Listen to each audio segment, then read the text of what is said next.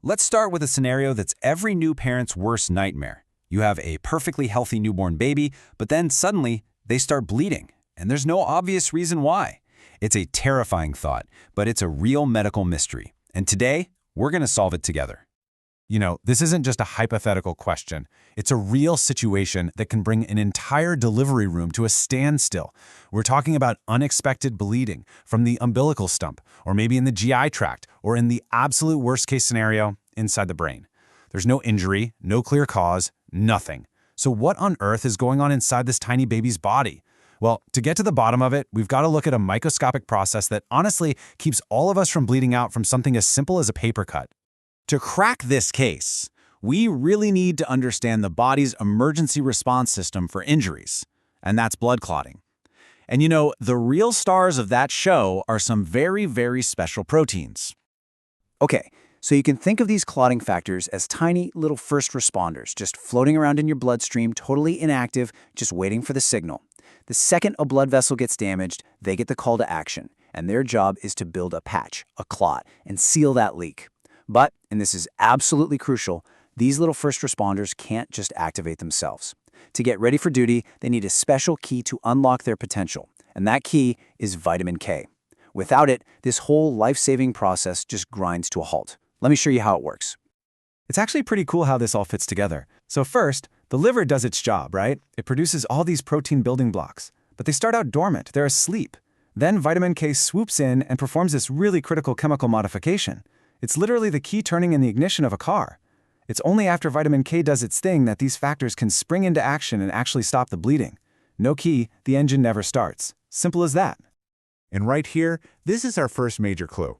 See, in our mystery baby, the liver is making the clotting factors just fine. The proteins are all there, floating around in the blood, but they're completely useless because they haven't been switched on by vitamin K. And for our medical detectives, this is a huge, huge lead. So with this new lead, doctors can start to really narrow things down. And just like any good detective, they turn to the forensic evidence, in this case, blood tests, to start eliminating all the other potential culprits. Now, two of the most important tests here are the prothrombin time, or PT, and the activated partial thromboplastin time, APTT. What they both do is measure how long it takes for a blood sample to clot, which gives us a really clear window into how well that whole clotting cascade is working. And here it is. This is our smoking gun. The lab results come back and they show that both of these clotting times are way longer than they should be. This specific pattern is a massive tell. It doesn't point to just one little faulty part. It points to a system-wide failure affecting multiple clotting factors, specifically all the ones that depend on vitamin K. And this table just illustrates it perfectly. Look, if it were something like hemophilia, you'd typically only see the APTT prolonged. If it was a platelet disorder, well, the platelet count would be low. But our case, it has that unique signature of a prolonged PT and APTT, but with a totally normal platelet count. This pattern points directly to one diagnosis, vitamin K deficiency bleeding, or VKDB. And the final undeniable proof? When that baby is given a dose of vitamin K, the bleeding stops. Case closed. So we've identified our culprit. It's VKDB. But the mystery isn't quite over, because it turns out this condition can show up at different times, and when it appears, actually tells us a lot about the why. Isn't this timeline fascinating?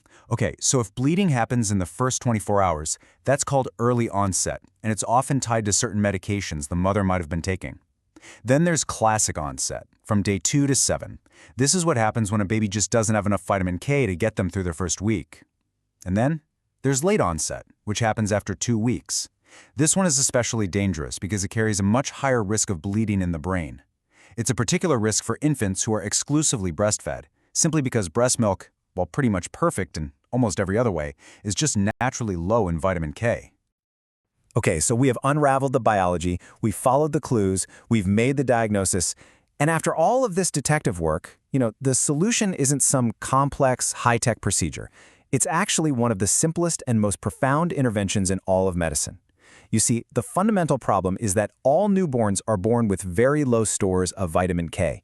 They just don't get much of it through the placenta, and the gut bacteria that help us produce it haven't had time to set up shop yet. So they need a little bridge to get them through those first crucial weeks of life. And this is it. This is the solution. It's not a complicated surgery. It's not a long course of medication. It's one single, simple injection of vitamin K given to a newborn shortly after they're born. That's it. That is all it takes to prevent this entire devastating chain of events from ever happening. The power of this one little shot is really hard to overstate. It virtually eliminates both the classic and those really dangerous late-onset forms of VKDB. It's an amazing testament to how understanding one tiny biological detail can lead to a massive public health victory. The reason this medical mystery is so rare for us today isn't because of luck. It's because we figured it out and we found a simple way to prevent it. So, when you step back, what this whole story really shows us is the incredible power of preventative medicine. It's a powerful reminder that sometimes the greatest medical triumphs aren't those dramatic last-minute cures, but the quiet, routine measures that prevent a disaster before it ever even has a chance to begin. Thanks so much for joining me.